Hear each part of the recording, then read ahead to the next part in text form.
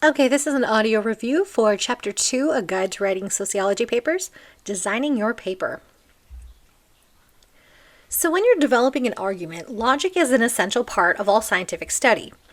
To ground social science research, we need to start with logic. So the aim of logic is to create a coherent style that allows us to investigate, characterize, and evaluate reasoning. So part of logic in the context of creating social science research is the use of logical techniques, in our case, the sociological methods. So in the context of logic for your paper in this class, the paper needs a thesis statement that's supported by evidence and reasoning to make it logical. So a way to help you take this sort of approach to your research is to think of it as if you're writing to a skeptic. How would that affect how you structure your arguments and sources? So another vital component is the structure of the paper itself. That is, the sentences and paragraphs that need to be well written in order to make the paper more logical. So each sentence needs a purpose and needs to be connected to the overall theme or thesis statement that you're exploring in the paper. Consider when you're writing, what's the point? Why should the reader believe you? So also, you just need to construct this as a logical defense for your thesis. Okay, so briefly going into the elements of structure. So introductions state the question and specify how you're going to go about answering it. So we'll talk about this much more later, but for now, know that the purpose of the introduction section is to set up the scope of the issue that your paper is exploring. So the introduction should set expectations for the reader, sort of a roadmap of what the reader is going to see. And the first opportunity to hook the reader and make them interested in the topic in your particular focus is the introduction. So that's why it's so important. So you will conclude the introduction section with an explicitly stated research question that will end up guiding the paper as it focuses what information will be covered in the lit review or the literature review. And it guides the formation of the hypothesis after you review the literature and informs what method you end up choosing to answer your research question. So for instance, if your question is about trends over time, then using a statistical research method makes sense, right? Or a survey. If you're looking at, your question is much more about people's experiences and, personal experiences with a particular topic, then maybe interviews is the best method, right? So the idea is you just want to kind of have an approach that could actually answer your question, right? So transitions are another vital part that we'll discuss throughout the class. Transitions serve as guideposts for your paper that reminds the reader of the thesis statement or your research question, and then lets them know what's coming up next while connecting it to what's already happened in the paper. So really, they glue the paper together, and they hold the focus of the paper if they're done correctly. So effective transitions regulate the flow and readability of your paper. And we'll talk about later how if you organize your paper well, the transitions are really simple points that connect arguments together. So when you write a research paper, you always use other people's research, but in your words, as you frame the approach and argument. And so that's where these transitions are vital, between those subsections of the literature review. So as a quick example, I promise I will reiterate this much more in depth later. Let's say I'm writing about inequality in the criminal justice system, leading to differences in sentencing or convictions. And let's say I decide on 3 basic variables, like race, class, and gender. So for my literature review, I explore inequality in sentencing, but it's divided into those 3 subtopics, right? Race, class, and gender. Cool, but what the hell does that have to do with transitions, right? Well, in the most basic form, I can conclude the race section with a transition like, quote, just as race is a factor in unequal sentencing, so is social class, end quote, right? Then you start the social class section. But that one sentence makes it clear to the reader how the two are connected, and it shows the reader what the focus is on now, opposed to what it was just on. So you're driving the paper, and you're keeping the reader clear on what you're saying. And then, of course, conclusions are an essential part of the paper as well. In the conclusion, you want to remind the reader what you said, and that your thesis statement was justified. You don't need to be repetitive or say the exact same things you already said earlier in the paper. Try instead to summarize instead of repeating specific points. Focus on why it matters or the so what. So this will leave the reader with a clear sense of the importance of the research topic you're exploring. So in a traditional research paper, your conclusion would also reflect on the results. But since you will be proposing the methods but not actually doing them for the paper in this class, I will ask you to write about what future research you think should be done and what should be done as a community. So the introduction and conclusion are like bookends to your paper. They should reflect each other but not be identical. Each draft of the paper, your intro will change. Because as the scope of the paper changes, so will the section itself. Sometimes the last thing I complete is the introduction, because you're adding and subtracting to it, shaping it with each draft of the paper until it fits the final draft correctly. So remember, you don't get great papers in 1 or 2 drafts. It's in the drafting that we give our brains a rest and an opportunity to see it again later with fresh eyes, and it gives us time to refine our arguments, make clearer word choices, and what results is a paper you're going to be much happier with, right? For me, this is the key to combating writer's block. To just set a time like, okay, I'm going to write a draft for 30 minutes today. Then when your timer goes off, you can just stop and rest and take a break and move on to something else. Time management's difficult, especially in an online course. So if you can just take small chunks of time to work on it and put it aside, the work gets done and you save yourself all the mental energy of procrastination, where you're thinking, oh man, I should be working on it. And you save yourself the stress of trying to slap together a coherent paper the day it's due, barely submitting it at like 11:58 p.m. when it's due before midnight. Save yourself the stress and just take it slow in tiny chunks. The chapter discusses logical fallacies in an effort to explain what to avoid so that your paper does not fall into a trap where it's not demonstrating what you think it is. According to the Purdue Online Writing Lab, logical fallacies are common errors in reasoning that will undermine the logic of your argument. Fallacies can be either illegitimate arguments or irrelevant points and are often identified because they lack evidence to support their claims. You want to be aware of these common logical fallacies so you can guard against them in your own papers, but also so you can see them more clearly in other people's arguments. So ad hominem is attacking or praising an opponent's character instead of addressing their issue or arguments. My favorite example of, well, everything comes from The Simpsons. And aside from accurately predicting events, The Simpsons also has some great examples of ad hominem attacks. Though I can't show them here without copyright drama, but one is where Homer runs for a sanitation commissioner, and he wins a debate by just calling his opponent old and relying on jokes, acting like his opponent is senile every time he asks a legitimate question. And it works. It gets people on his side. So I think eventually ad hominem attacks will just be called trumping, right? Since Trump is famous for his nicknames like Lion Ted, Low Energy Jeb, which is actually a pretty good one. He had his ad hominems like Crooked Hillary and Crazy Bernie, among many others. So it's all done in that fashion. It's an attack on the person that has literally nothing to do with the topic that he's being asked about. Then there's circular reasoning. This is when someone just restates the argument instead of proving it. This one melts my brain a little. When this logical fallacy is happening, you're just going in circles. So I'm not sure if you've seen the movie Idiocracy, but if you haven't, shame on you. No, just kidding. But in the movie, there's such a great example of circular reasoning. The basic plot of the movie is that 500 years in the future, everyone's incredibly dumb, and 2 of the most average intelligence people from today are frozen and unfreeze 500 years from now and have to deal with the crazy messed up future. So one thing is they no longer drink water. They have this Gatorade kind of drink called Brondo, the thirst mutilator. And the crops stop growing because they use this Brondo instead of water on the crops. So when a character asks them why, they say, well, because it has electrolytes. And he says, well, what are electrolytes? And they say, well, it's what plants crave. But why do plants crave them? Because they have electrolytes. What are electrolytes? It's what plants crave. And it goes around and around and around because there's only circular reasoning, no logic, right? Great movie, way too long of an explanation. All right, on to false dilemma.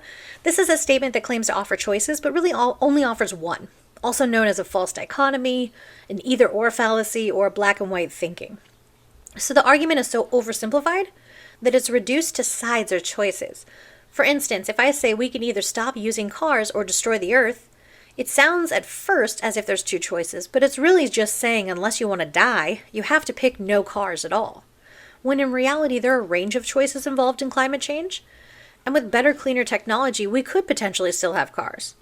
But also, even if we got rid of all cars, there are still other industries murdering the planet, such as factory farming, petrochemical production like plastics, all sorts of bad stuff that we do. So when you oversimplify your argument, you can warp that argument away from logic. The next is a false analogy, which is assuming because one thing shares some characteristic, they share all characteristics. Right? So I remember the NRA famously saying that if you have to register your guns, that's the same as living in Nazi Germany, where Jews had to register. Obviously, that's a false analogy because the two share one characteristic, which is registration, but all other comparisons are clearly not real parallels, right? Or another one would be, doctors get to look at books, so why shouldn't doctoral tests be open book, right? So it shares some characteristics, but again, it's not a real comparison. It's like saying, hey, in the world I can use a calculator, so why can't I use a calculator for this math test, right? It's a bit of a false analogy. False cause is assuming because one thing happened after the other, that the first thing caused it. So the fallacy is thinking that there's an imagined causal connection that probably does not exist. So it's trying to connect two unrelated things. So this is important to understand. In social science, we look at correlations. And often those correlations, we're looking at directions and relationships, but those correlations do not mean that something is causational, right? Okay, moving on to sweeping generalizations. This can be an error that sociologists do as we try to make larger connections.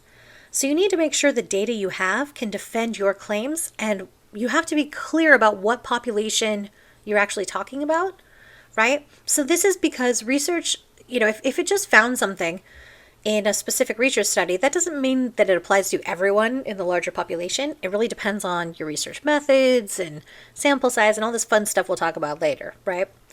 So the idea is you don't want to overgeneralize. On the flip side of this is what's called a hasty generalization, which infers a general rule from one specific case. Okay, moving on to non sequitur. Non sequitur is a conclusion that is not connected with the previous statements or evidence. Like if I say to you, how's the weather? And you answer, it's 1:15 p.m. That's a non sequitur, right? The response does not align with the previous statement. It has nothing to do with answering that question. So when paragraphs or concepts in your paper aren't connecting, that leaves the reader feeling that there's not a logical flow to the paper. It leaves them confused and trying to understand, right? Instead of just experiencing the paper, kind of flowing through it quickly. So if you have statements of, if this, then this, where the direct link does not connect, it's going to affect readability and comprehension of your paper. Okay, reverse reasoning is when you confuse the cause with the effect, or when you assume the conclusion is true, so you reason backwards to get the evidence. The book example is that the more knowledge that teens have about sex, the more likely they will be to engage in it, which I have heard argued by abstinence-only legislation during the W. Bush administration. In reality, teens have the internet and TV. They know what sex is. If you talk to them, they can learn about healthy relationships and, perils of dating violence and how to have safe sex and, how to avoid unwanted pregnancies and STDs. So this idea, if you don't teach them, then they won't know, is just naive. It's really the other way around. They find knowledge through that engagement. Okay, so a slippery slope is an argument using a weak link of causal factors. The conclusion is based on the premise that if A happens, then B, C, D, E, etc. will follow. So if we don't want Z to happen, we shouldn't let A happen. Right? So the book example is that if we outlaw smoking, people will move on to hard drugs and crime. So again, this is a slippery slope because there's very few links between the causal factors for the argument to stand on. Okay, a spurious causation is treating two things that happen together as if one caused the other. So there might be a correlation between two things, but the correlation does not equal causation. The correlation between the two things, again, it doesn't mean one thing caused the other. There might be an intervening variable. Right? So if you thought about the example of height and intelligence, I'd like to use this one as a spurious variable. So if you look at it statistically, height is correlated with intelligence, but it's not a causal relationship, right? There's an intervening variable or a spurious causation, something that explains that actual relationship. In this case, it matters as it relates to aging. because as a kid, your height increases each grade level. So with the spurious causation, you could argue that height affects intelligence, while it's the outside factor of age that's directly related to height and grade level, right? A different variable at play. So this is where our prejudices can come in. I, as someone who's 5'10" when I'm not slouching, which I'm mostly slouching, could fall victim to the idea that height equals intelligence. And I could just be like, hey, that sounds good to me, right? And if you're short, you're like, WTF, what does height have to do with intelligence? So it shows how, within social science, we have certain results and we have to be very cognizant of these logical fallacies so we don't fall into traps and produce things that aren't real knowledge. Okay, moving on to the two formats of logic and structure. So the three-part essay is the quintessential high school paper, where you develop a thesis argument and 3 supporting arguments to make your claim. Now that you're at a higher level of education, you need to develop into writers of the journal format. This kind of paper does not require much preparation, right? The 3-essay format. The 3-essay format is not as much effort as the journal format that you're going to be composing in this class. In the 3-part essay, or that intro, body, conclusion, you can pretty much keep the argument in your head since it's as simple as 3 main points, right? But for upper division college and research journals, you got to beef it up to a new format that's more complex, which means it just needs more structuring, outlining, and drafting to make it happen, right? So the journal format's the format of established academic journals that you'll find peer-reviewed research in. Examples are American Sociological Review, Gender and Society, American Journal of Sociology, Current Sociology, Criminology, blah, blah, blah, blah. There's like a billion of them, right? So I'm sure you've had to read them in other courses, so you know that some of them are super dry, while others are very interesting and captivating as well as informing, which is the direction I'm trying to steer you towards. You want the structure of the journal, but not to be as dry as a cracker about it, right? As your voice needs to lead that paper. So the journal format paper is broken into sections. First, you have the intro where you state the question and how you're going to answer it. So this section should also formally state, basically what your overall topic is about, right? Your literature review is where you lean on previous research to make your argument. So this is not a laundry list of sources. And if you've ever done an annotated bibliography, this is not an annotated bibliography. N-O-T. Annotated bibliography, right? That is basically like if you were finding sources for your paper, you make an annotated bib, right? But like, how do you actually explain those sources and connect them together? That's your lit review, right? Take those annotated bib and fill them in with some info. So you organize your paper by subtopic. That's going to give the paper a logical flow. And it's also important that the research support your claims, but your voice needs to be the one leading the paper. You'll have a methods section where you report your procedure in detail, what approach, what population, what sample, and really a justification of why you used the method and methodology that you did, and a discussion of the limitations of your approach. In a normal journal format, there would be a results and discussion section, right? So the results details what information was found and in what ways. So for qualitative, this could be quotes or interview information and theory. For quantitative, it could really be statistics and tables and reports, right? So the discussion or conclusion section typically draws conclusions between the lit review and research and your own findings, discussing future research and alternative variables and approaches. So the real key, obviously, to a conclusion is to wrap up the paper.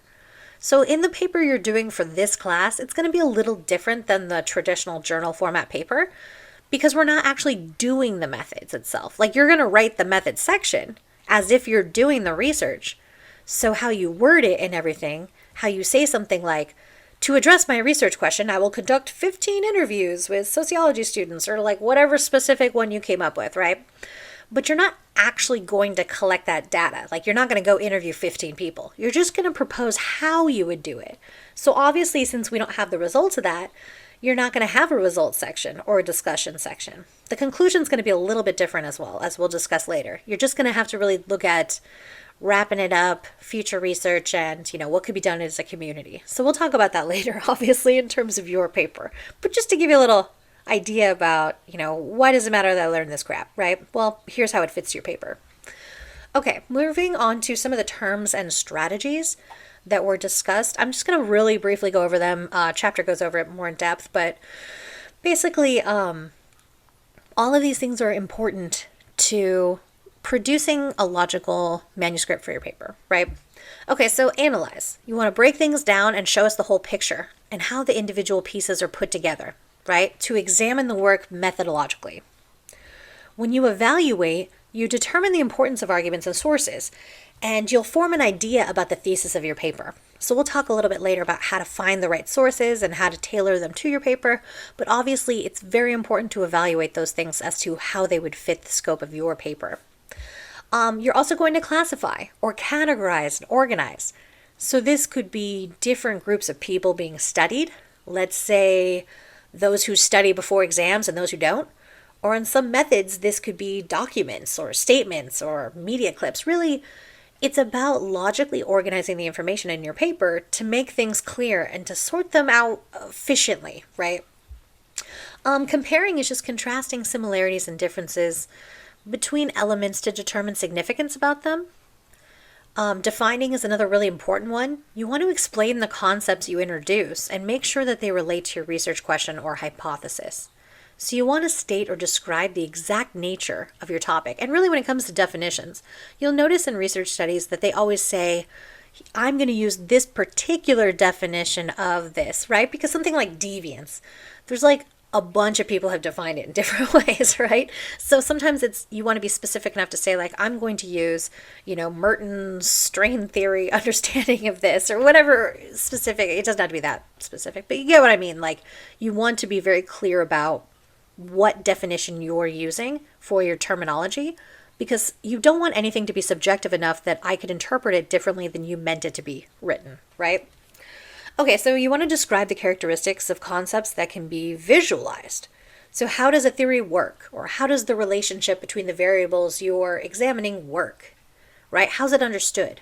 So sometimes this means, when you're describing, you need to use examples, right, to illustrate those things. And then, of course, discuss just means evaluating your topic and refining your argument or research questions. When you explain and justify, you make clear the reasoning behind your argument. So this comes with something we'll talk about in a minute, the citation sandwich. Illustrate is just using concrete examples that make sense. So something not too distracting or confusing. You want to be clear, and sometimes what seems obvious or clear to us will not come across that way to the reader.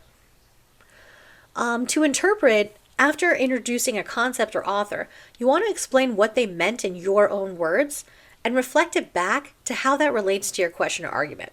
This is what I see a lot in papers when this comes to this interpret, is that oftentimes we expect the research to stand for itself, right? I'll say like, according to, whoever, 20% of people who blank experience blank, right?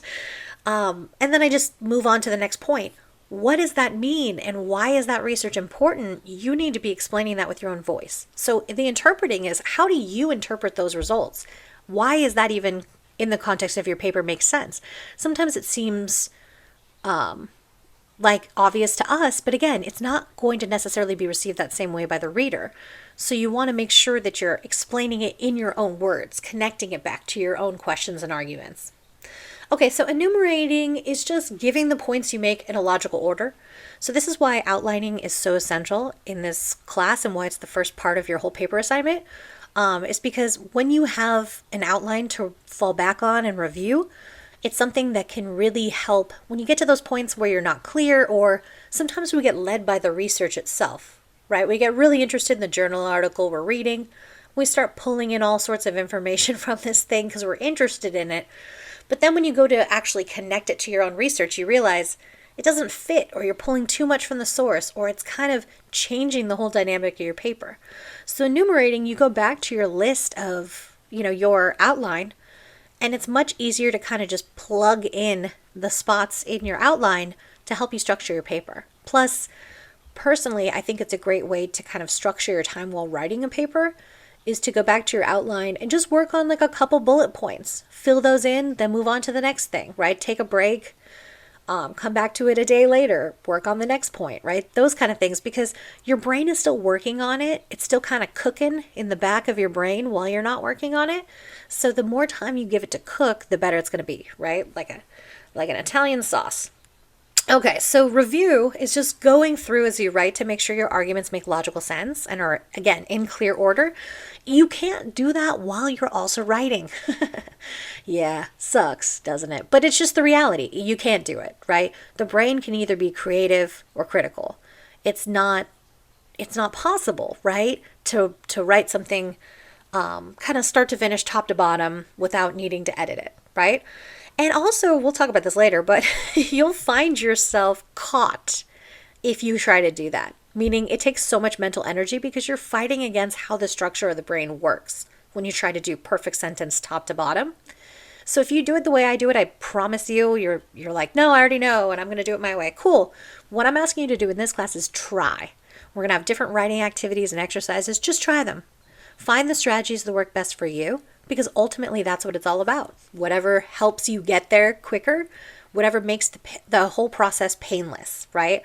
But sometimes it's counterintuitive, right? That actually spending more time on it makes it less stressful if you're just doing it like 20-minute chunks, right? So review means maybe you write your draft for that day, you put it to the side the next day before you start your draft again, you review what you already wrote, just kind of make sure it makes sense. Is it logical? Are the items in a clear order? That kind of crap, right? And then prove or validate. Again, you're going to use evidence to support your claims. You can't make claims that you're not showing evidence for because, again, you're not actually doing the research yourself. You're leaning on previous research. So you can't just, say things like, we all know that this is a problem, or, this particular social issue is X, Y, or Z, without actually demonstrating that, proving that, and validating that through, your late review, or I guess in the context of a larger research paper when you're doing the methodology through your own methodology, right? Okay, so moving on to the research proposal. So this is going to be the second step of the paper in our class. The first one is the outline, and then the second one is going to be the proposal. So obviously you have a minute to work on that, but it's a good time to start thinking about it, right? Because again, each stage of the paper builds on itself. So you want to just keep working on the paper throughout the class and not just like the week the next paper assignment is due. Trust me, you will have such a better time if you do. Okay, so the proposal itself is a statement of intent. It's just a couple page preview of what will be a longer paper later, right? And so it's developed after you figure out your research question and your hypothesis, and after you've already made an outline, right? So you're going to make that outline, do that, then you're going to do a brief review of the literature and write a proposal. So this is a very important paper, right, in college. Or if you're really trying to publish anything in an academic sense, you always need to do a proposal stage first. If you want to present at a conference or get into grad school, typically they want some sort of research proposal for those kind of places, right? So your proposal should include the following: an academic justification for studying the topic. So your topic has to be something that can be studied sociologically. You have to ask yourself whether or not your paper could illustrate, test, or compare sociological theories. Or looking at a topic with a practical policy application, such as preventing domestic violence, right? Research can be critical at making political change possible.